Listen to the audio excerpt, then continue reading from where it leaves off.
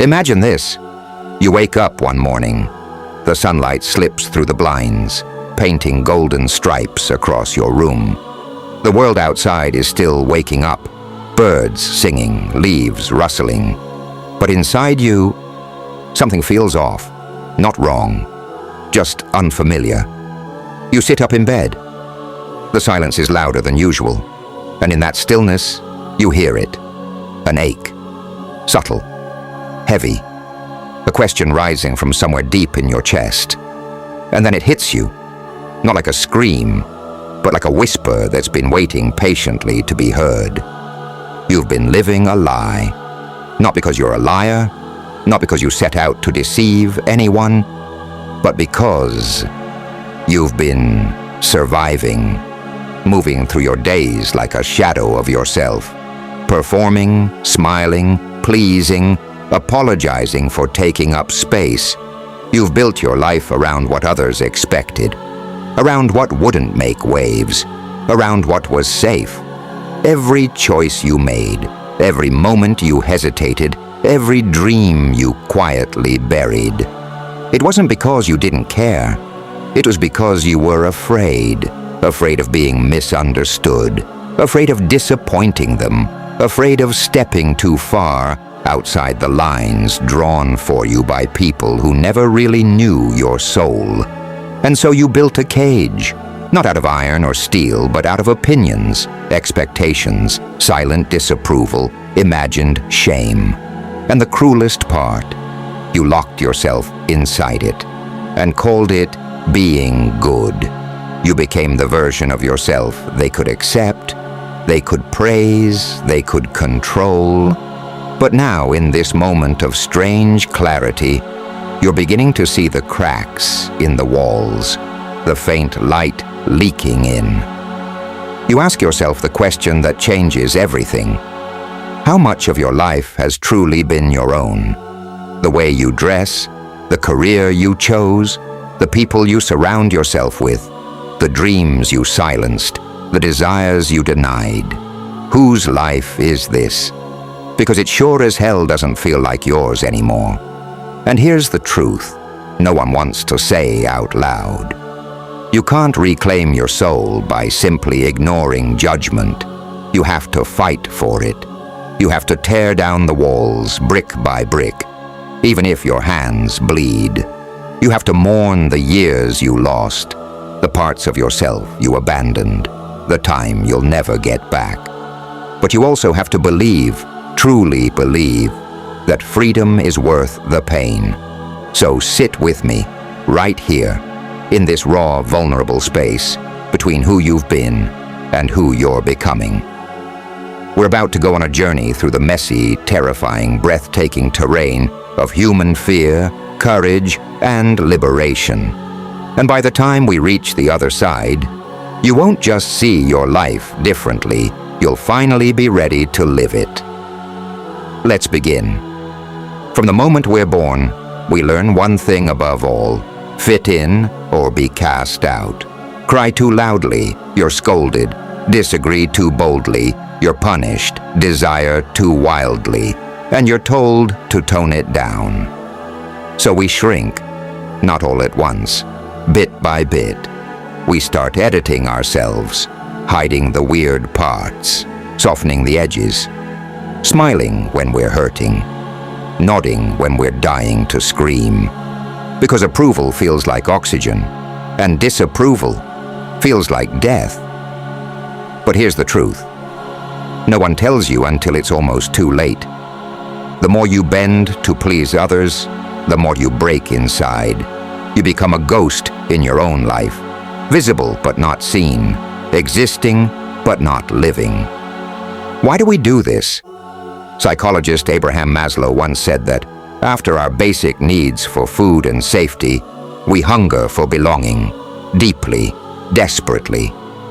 But what happens when that hunger makes us starve ourselves? When we trade authenticity for acceptance? What we need to realize is this: seeking connection is beautiful, but sacrificing yourself for it is a betrayal, and the cost is far too high. Let me ask you something. Have you ever wanted to do something, wear something, say something, be something, but stopped yourself because you feared being laughed at, dismissed, labeled? That outfit you didn't wear, that idea you didn't share, that dream you never chased. It didn't die on its own.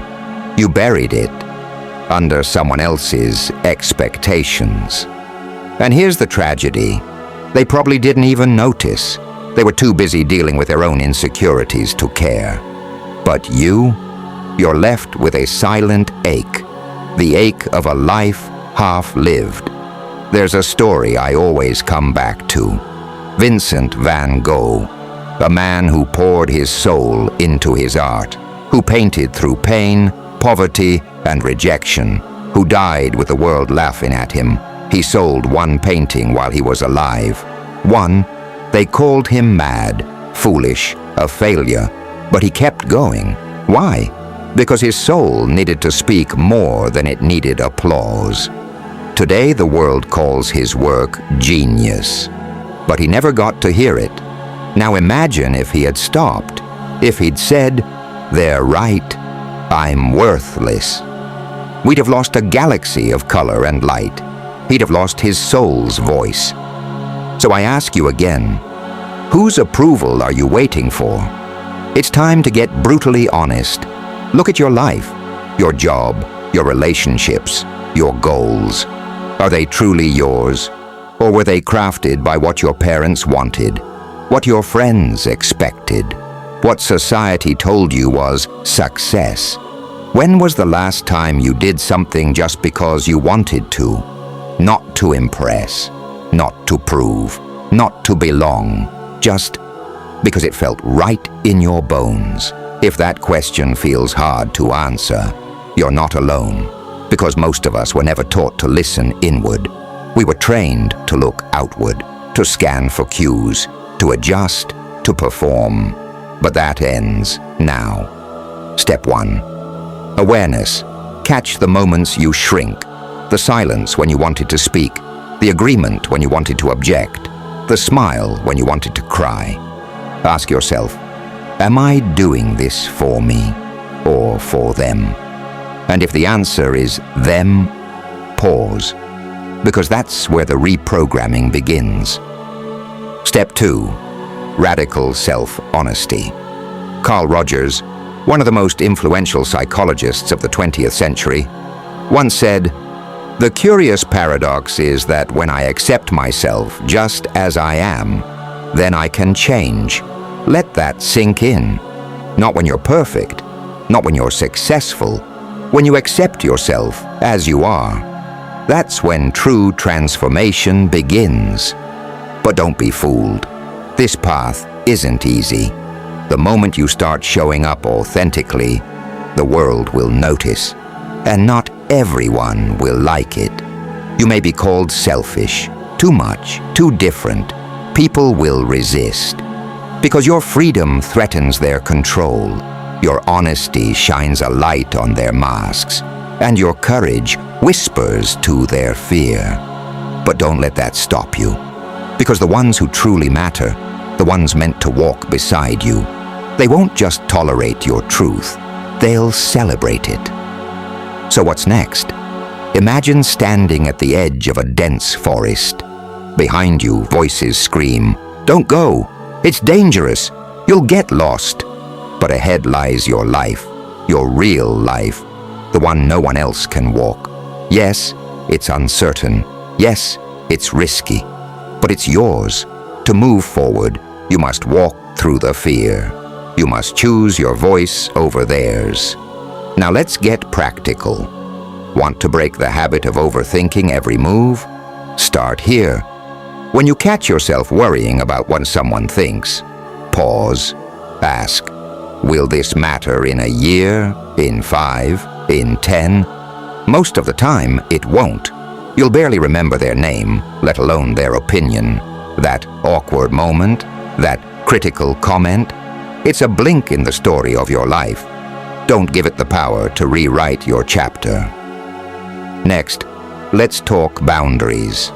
Because your peace is sacred. You wouldn't let someone dump garbage in your living room. So why let them do it in your mind? Identify the people who drain you, the conversations that leave you feeling smaller. Then draw the line, not with hate, with love for yourself. You can't control what others do, but you can choose what you allow. Social media, it's a double-edged sword. Connection or comparison, expression or validation addiction. Ask yourself, am I posting to share or to be seen? If it's the latter, step back. Because the real you doesn't need likes to be real. You are enough, now, always, with zero applause. Let's go even deeper. The roots of our approval-seeking, they're ancient, wired into our nervous systems. 1,000 years ago, rejection meant exile, and exile meant death. So our brains panic when we feel judged. But here's the update. You're not in a tribe anymore. You're not going to die because Karen didn't like your post. That threat is an illusion. Your brain is trying to protect you, but it's using ancient software. It's time for an upgrade. This journey isn't about becoming fearless. It's about doing the thing despite the fear. That's courage, and it's built, not born. Each time you speak up, each time you say no, you build it, brick by brick, moment by moment, you become sovereign. And here's the most powerful truth of all. When you live authentically, you don't just set yourself free. You become a mirror for others, a permission slip, a light in their darkness. You show them what's possible, and that's how you change the world, not by being perfect, but by being real. So let me ask you this. What would your life look like if you no longer feared judgment? What dream would you resurrect? What truth would you finally speak? What mask would you tear off? This is your invitation. Not to be liked, but to be you, fully, boldly, unapologetically. The world doesn't need more copies. It needs the masterpiece that only you can be. So stop waiting, start living, because your life, your one wild, sacred life, is too precious to waste on anyone else's approval. And if no one's told you today, you are enough, exactly as you are. Now go out there, live loud, love deep, and write your story your way, because that is what freedom feels like.